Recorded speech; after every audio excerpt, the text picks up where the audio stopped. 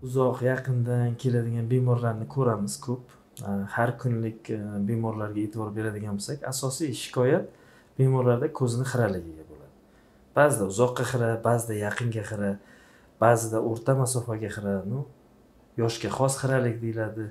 Ko'zdagi xiralik asosiy shikoyat. Ya'ni boshqa shikoyatlar qo'shimcha shikoyatlar. Ya'ni ko'zda og'riqlar, achishish, qichishish, yoshlanish, ko'zdagi boshqa shikoyatlar bu keyingi o'rinda. 100 ta bemor bo'ladigan bo'lsa, o'shandan 70-75 ta bemor asosiy shikoyati ko'zning xiraligiga bo'lib kelyapti. Bemorni kelganda tekshiramiz. Tekshirib ko'rganda ko'rishida haqiqatan xiralikni ko'ramiz. Ya'ni uzoqqa xira bo'ladi, yo yaqinga xira bo'ladi, yoki operatsiya qachonlardir qildirgan keyinchalik yana xiralashgan bemorlar bo'ladi. Ko'zini ko'rib tekshirib, bularga kerak bo'lsa ko'zoynak beramiz, kerak bo'lsa kontakt linza beramiz yoki operatsiya bilan ko'rishini tiklaymiz. Ya'ni ko'zoynak taqmasdan ko'rishini tiklab beramiz. Hozirgi paytda yana bitta muammolar chiqdi, ya'ni o'sha koronavirus bilan bog'liq muammolar.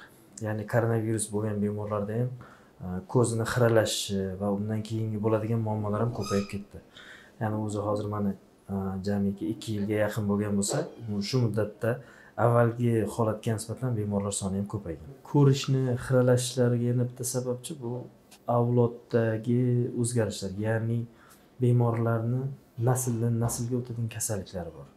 Qachonki yaqin nikoh bo'lsa, qarindosh urug'lar orasida o'sha nikohlardan keyin ham ko'zni xiralashini ko'ryapmiz. Ko'p bunaqa bemorlar ham ko'p.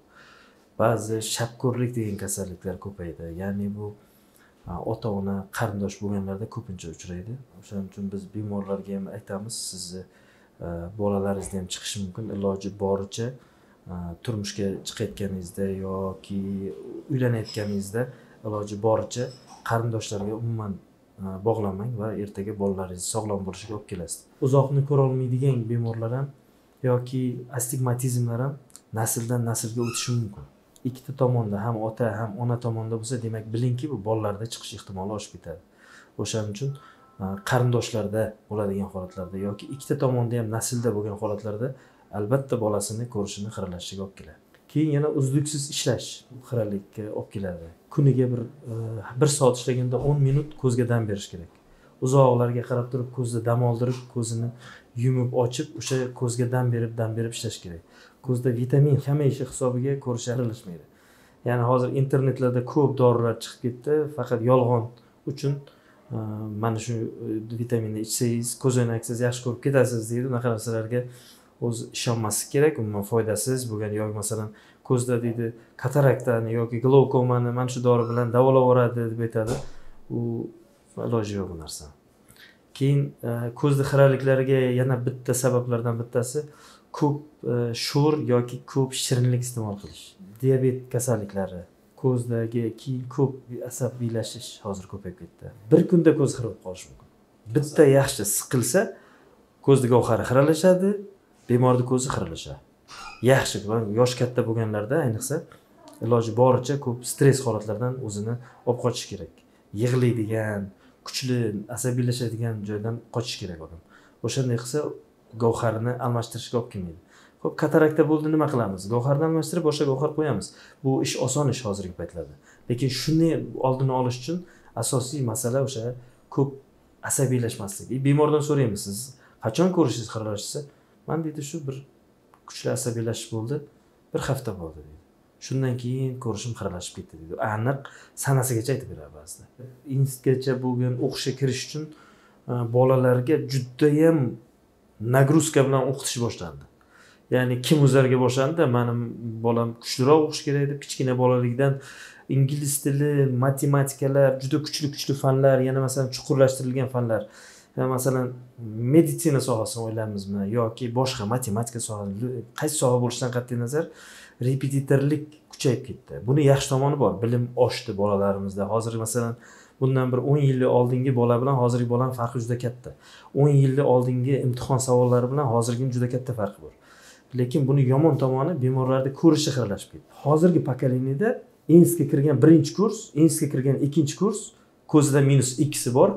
Ko'zi uzoqqa 30% ko'radi yoki 20% ko'radi yo 10% ko'radi. Uni tiklab bo'lmaydi. Uni tiklash faqat operatsiya bilan.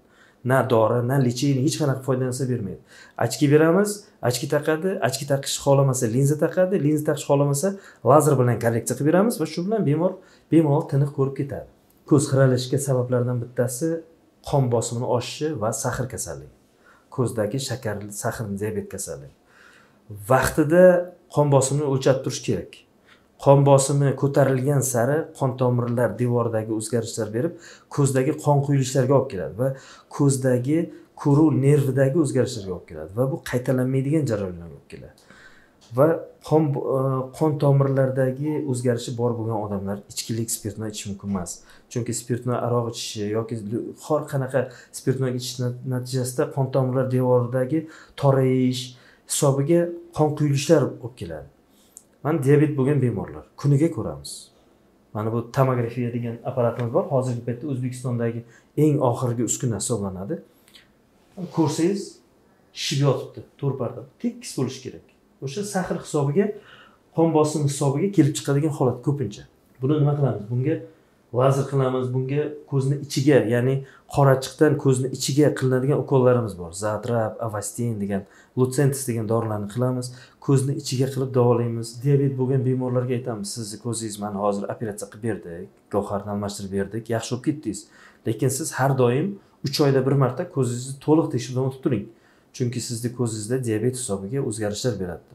O'sha bemorlar nima qilish kerak? O'sha shakarini normada saqlash kerak, dietasini ushlash kerak, kuchli og'ir narsalar ko'tarmaslik kerak va eng asosiysi ich qotmaslik kerak. Chunki diabet bo'lganlarda ko'pchiligida ich qotish kuzatiladi va bu ich qotish hisobiga va qon bosimi oshishi hisobiga qon tomirlar yana yoriladi va ko'z orqalariga qon quyilishlar, to'rparda ko'chish holatlari kelib chiqadi. O'ylamang, qanaqadir vitamin ichgan bilan ko'rish yaxshilanmaydi. Hech qanaqa. Vaqtinchalik qanaqadir bo'lishi mumkin. Buni yaxshilashning yo'li bu tabiiy oziq-ovqatlar. Tabiiy mevalar, oqsil, yog', o'shan narsalarni yeyish kerak ko'proq. Har qanaqa vitamin ichgan bilan ko'rish yaxshi bo'lmaydi. Keyin yana bitta narsani aytishimiz kerak, bolalarda dars qilish jarayoni. Bolalarda ko'zini xiralashiga sababi asosiy ovqat tanlab yeyishi. Ovqatda oqsil, yog' yetishmovchiligidan kelib chiqadi. Yorug'lik yaxshi yetishmasligi. Ya'ni dars qiladigan joyda tabiiy yorug'lik bo'lishi kerak. Tabiiy. Ya'ni derazani yoniga qo'yib qo'yish kerak dars qiladigan narsasini yoki nastolni lampa qo'yish kerak, yorug' bo'lishi kerak. O'shanda ko'zda dopamin yaxshi ishlab chiqariladi. Bu dopamin yaxshi ishlab chiqarilgandan keyin ko'rish yaxshi bo'ladi. Agar yorug'lik kam bo'lsa, hujayralar dopaminni ko'proq ishlab chiqarishga harakat qiladi va ko'z o'sa boshlaydi. Va ko'z o'sgan natijasida ko'rishi xiralashib ketaveradi. Biz telefon ko'p ishlatishda, demak, nurni kamaytirishni tavsiya qilamiz birinchi o'rinda. Ya'ni ko'zda освещение, telefonda освещение pasaytiramiz va kechqurun telefon ishlatmang deb aytamiz, uni buyuramiz. Chunki ko'pchilik qorong'uda ishlatib, nurni ko'pligi hisobiga ko'zni zo'riqishiga olib kelaveradi. Va ko'zoynakni o'sha ko'p ishlatgan, telefon ko'p ishlatadiganlarga himoyalovchi ko'zoynaklar qilib beramiz. Chunki ularda ishi shu bilan, masalan, ba'zilar telefonda ishlaydi, ertalabdan kechgacha telefon bilan o'tiradi. Ya'ni hozir masalan bolalarni ham aytasiz, telefonda ko'p o'tirma, aytganingizni qilmaslik mumkin. Undan ko'ra yaxshisi himoyalanadigan ko'zoynak qilib bersangiz, har qalay nur o'tkazmaydi. Bemalol ishlaydi keyin. Salom-alik qilgandan keyin qo'lini ko'ziga olib bormaslik kerak. Eng asosiy narsalardan bittasi shu. Endi bizda vlajniy salfetka har doim olib yurmaydi hech kim. Kim bilan salom-alik qilgandan keyin qo'lni yuvish kerak. Chunki salom-alik qilgan odamda ko'zida ba'zi kasalliklar bor. Demadikoz degan konjektivit kasalliklari bor. Yuqadi, odamdan odamga yuqadi. Yoki mana oddiy koronavirus ham xuddi shunaqa. Gripp ham xuddi shunaqa. Bitta salom-alik qildingiz, ko'ziga ushladi yo yuziga qo'lingiz tegdi, infeksiyani yuqtirasiz. Bu birinchisi. Ikkinchidan, ko'zini mashq qilib turish kerak. Ko'z mashqlari bor. Eng oson mashq bu stol tennis. Buning uchun sizga hech qanaqangi stol bo'lish shart emas. Raketka sharik devor. Uzoq yaqinga ko'z mashq qilish kerak. Va maxsus mashqlar bor. Bu mashqlar juda ham ko'p. Internetga kirib ko'z mashqlarini desangiz, minglab mashqlarni chiqarib beradi. Vaqtga qarab turib ko'zga mashq qilib turish kerak va himoyalanadigan ko'zoynaklar taqib yurish kerak. Bizda quyoshli o'lka. Ko'p quyoshda yuradigan odamlarda ko'zda kataraktalar tezroq rivojlanadi. Gavhar nur o'tkazuvchanligi sekin-sekin buzila boshlaydi va bemorda ko'zning gavhari ishdan chiqadi. Avvallar kataraktalar yosh keksalarda uchrardi. 60 yosh, 70 yosh qarilik katarakta deyiladi. Hozir unaqa emas. Hozir mana ertaga operatsiyamiz bor. 30 yoshlisi ham bor, 40 yoshlisi ham bor, 60 ham bor, 70 ham bor, 100 yoshgacha ham bor bemorlar. Lekin yosharib ketdi katarakta. Chunki bizda ishimiz nur bilan ko'proq. Kompyuter bilan, telefon bilan, televizor bilan yoki ko'chada ko'p yuramiz. Himoyalanadigan ko'zoynak taqib yurish kerak. Uyalmasdan taqib yurish kerak. Quyoshda ishlayotgan odamlarning ko'pchiligida teri kuyadi, ko'z kuymaydimi? Ko'zda ham xuddi shunaqa, ko'zning oldingi pardasi, o'rta qismidagi oxir pardasi hamma pardasiga ta'sir qiladi. Ko'zlari oq bo'ladi. Quyoshda ishlaydigan odamlar ko'zlari sarg'ayib ketadi. Quyoshga chiqdi, ko'zoynak taqib, ko'zga namlantiradigan dorilar bor. Har doim ko'zni namlantiradigan dorilarni tomizib yurish kerak. O'shanda ko'zi bemalol yuradi. Ko'zni so'rasangiz o'sha shofyorlardan ko'zim qizaradigan bo'lib qolgan, tez yoshashadi. Bitta cho'milib chiqsam tez ko'zim qizaradigan bo'lib qoladi deydi. Shofyorskiy bolezen deb qo'yib olganmiz o'zimizga o'zimiz. Pinvikula deymiz. Ko'pchiligida shunaqasi bor. Chunki ertalabdan kechgacha mashina haydaydi, quyosh nuri to'g'ri o'tadi. Bizda tonirovka masalasi muammo, hammasi imkoniyati yetmaydi. O'shandan kelib chiqaveradi bemalol. Bemor bo'lishi shart emas tekshirish uchun.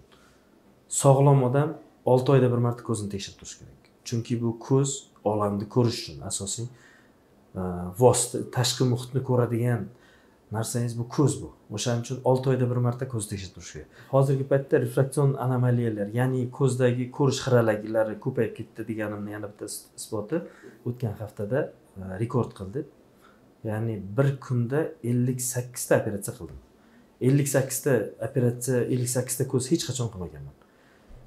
Bu yillar davomida masalan ko'z xiraliklar ko'payayotganligini ham isboti bor. Ya'ni ko'zi xira odam juda ham ko'p. Boshqa davlatlarda ham ko'p ko'zi xiralar, bitta O'zbekistonda emas. Bizda rivojlangan sari ko'zi xiralar ko'payib boradi. Oldini olish yo'li bu faqatgina bizdagi o'sha muntazam ko'riklar, muntazam doktorga ko'rsatib turish kerak. Malaka oshirishlarda iloji boricha ko'z o'ynaklarida oynasini sifatini farqlashni doktorlarga o'rgatishimiz kerak. Afsuski hozirda bizda ko'pchilik doktorlarimiz ko'z o'ynaklarida oynasini qanaqa turlari bor, qanaqa sifatlari bor, buni ko'pchiligimiz bilmaymiz. Chunki xirurglar ko'zda xirurgiyasi bilan shug'ullanadi, tekshiradigan davolovchi vrachlar davolaydi. Ya'ni bu soha faqat qolib ketaveradi, orqada qolib ketaveradigan sohalardan bittasi. O'shaning uchun hozir aksariyat ko'z doktorlar ko'z o'ynaklarni yaxshi bilishmaydi. Qanaqa turlari bor. Hozir bir ko'rsatib o'taman. Mana bu ko'z o'ynak. E'tibor bersangiz, yaltirab turibdi. Agar mana bu yozuv bo'lmasa, umuman xuddi antikompyuterga o'xshab turaveradi. Ya'ni antiblik. Xuddi shu oynani bilmaydigan odamga so'rasangiz, bu kompyuterdan himoya qiladi, zo'r deydi. Va buni hech qanaqa himoya yo'qligini oddiy ultrafiolet lazer bilan ham farqlashimiz mumkin. Ya'ni mana bu ultrafiolet desak, buni qo'ysak hech qanaqa nurdan qaytarish yo'q. Ya'ni o'tkazib boryapti.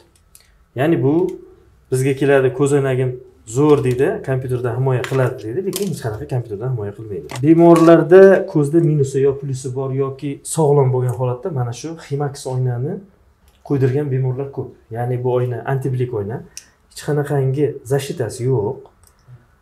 Mana bunda apparatga qo'yib ko'rsak ham 10% himoya deb aytayapti. 10% himoya degani bu himoya yo'q degani. Ikkinchi himoya ko'z o'ynagi bu xameleon ko'z o'ynak deyiladi. Buni ham quyoshdan himoya qilish yo'q.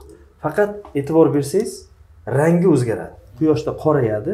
Kompyuterdan himoya qilish funksiyasi 32%. Ya'ni 32% degani bu ham himoya qilish yetarli emas degani. Bu kompyuterdan himoya qilish ham xuddi shuncha atrofida. Bu oyna mana buni qarasangiz, nurni to'liq himoya qiladi. 85% himoya qiladi. Quyoshda qoraymaydi. Bunaqa oynani qachon qiladi? Masalan, kompyuterda ishlaganda, ko'chada yurganda ham plus minus qilish mumkin yoki 0 oyna qilib taqish mumkin. Lekin quyoshda qoraymaydi. Bu oynamiz 4 в 1 oyna deyiladi, ko'z o'yin blue block. Bunda to'liq himoya qiladi. Quyoshda qorayadi va mana bunda qaraganingizda 99% himoyaga ega. O'zingizni qiziqtirgan mavzudagi yangilik va intervyularni o'tkazib yubormaslik uchun Kunuzning Telegram kanalini kuzatib boring.